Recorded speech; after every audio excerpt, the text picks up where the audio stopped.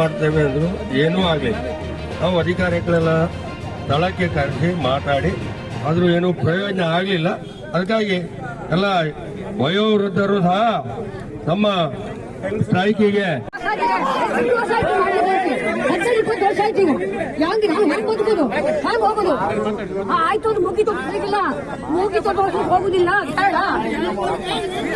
ಈಗ ನಾಳೆ ಸ್ಟಾರ್ಟ್ ಅಂದ್ರೆ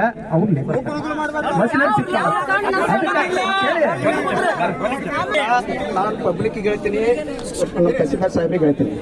ಈಗಾಗಲೇ ನಾವೇನು ನೋಡ್ರಿ ಗೌರ್ಮೆಂಟ್ ಲೆವೆಲ್ ನಾನು ನಿನ್ನೆ ಮಾತಾಡಿದ್ದೀನಿ, ಫೈನಾನ್ಸ್ ಡಿಪಾರ್ಟ್ಮೆಂಟು IFIದವ್ರ ಜೊತೆ ಮಾತಾಡಿದ್ದೀನಿ, ಸಂಬಂಧಪಟ್ಟವರಿಗೆ ಮಾತಾಡಿದ್ದೀನಿ. ಆಯಿತು, ಒಂದು ವಾರಲ್ಲಿ ಅನ್ನ 4 ದಿನದಲ್ಲಿ ನಾನು ಬಿಡುಗಡೆ ಮಾಡ್ತೀನಿ. ಸರ್ಕಾರ ಅವರು ಬಂದ್ ಮಾಡುವಂತ ಲೆಟರ್ ಕೊಟ್ಟರು. ಆಗ ಸರ್ಕಾರದ ಆದೇಶ ಏನಿತ್ತು ಕೇಳಿದ್ರೆ, ಯಾವ ಕಾಮಗಾರಿ ಇದೆಯೋ ಯಥಾಸ್ಥಿತಿಯಲ್ಲಿ ಕ್ಲೋಸ್ ಮಾಡಿ ರಿಪೋರ್ಟ್ ಮಾಡ್ರಿ ಅಂದ್ರು. ನಾನು ಅವತ್ತು ಯಥಾಸ್ಥಿತಿ ಕ್ಲೋಸ್ ಮಾಡಿ ರಿಪೋರ್ಟ್ ಮಾಡ್ರಿ, ನಿಮ್ ರಸ್ತೆ ಹೊಸದಾಗಿ ದುಡ್ಡು ಮಂಜೂರಾಗಬೇಕಾಗಿತ್ತು.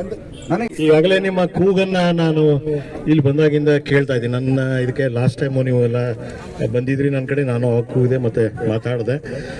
ಏನಾಗ್ತದೆ ಈ ವ್ಯವಸ್ಥೆ ಒಳಗೆ ನೀವು ಕೇಳೋದು ಕರೆಕ್ಟು, ನಿಮ್ಮ ಸಂಕಟ ಕರೆಕ್ಟು. ನಿಮ್ಮ ಅಂದ್ರೆ ಒಂದು ವ್ಯವಸ್ಥೆಯನ್ನ ನಾವು ಮಾಡಬೇಕಾದ್ರೆ ಈಗ ನೀವೆಲ್ಲ ಕೇಳ್ತೀರಿ, ಯಾಕೆ ಮಾಡಲಿಲ್ಲ, ಅವತ್ತೇ ಲೆಟರ್ ಕೊಟ್ಟರು, ನೀವು ಯಾಕೆ ಮಾಡಲಿಲ್ಲ, ಇವೆಲ್ಲ ಏನಾಗ್ತವೆ ಟೆಕ್ನಿಕಲ್ ಆಗಿ. ನಾವು ಅಧಿಕಾರಿಗಳು ಸತ್ಯಕ್ಕೆ ಒಂದು ಪರಿಮಿತಿ ಮತ್ತು ಒಂದು ವ್ಯಾಪ್ತಿ ಒಳಗೆ, ಒಂದು ಕಾನೂನಿನ ಚೌಕಟ್ಟೊಳಗೆ ಕೆಲಸ ಮಾಡ್ತಿರ್ತೀವಿ ನಾವು. ಸಾಹೇಬ್ರು ಮಲ್ಲಿಕಾರ್ಜುನ್ ಸಾಹೇಬ್ರು ಹೇಳಿದ್ದಾರೆ 25ನೇ ತಾರೀಕು ಅಂದ್ರೆ ಸುಮಾರು ಒಂದು ವಾರದೊಳಗೆ ನಾವು ಈ ಕೆಲಸವನ್ನ ಪ್ರಾರಂಭ ಮಾಡ್ತೀವಿ ಅಂತ ಹೇಳಿದ್ದಾರೆ.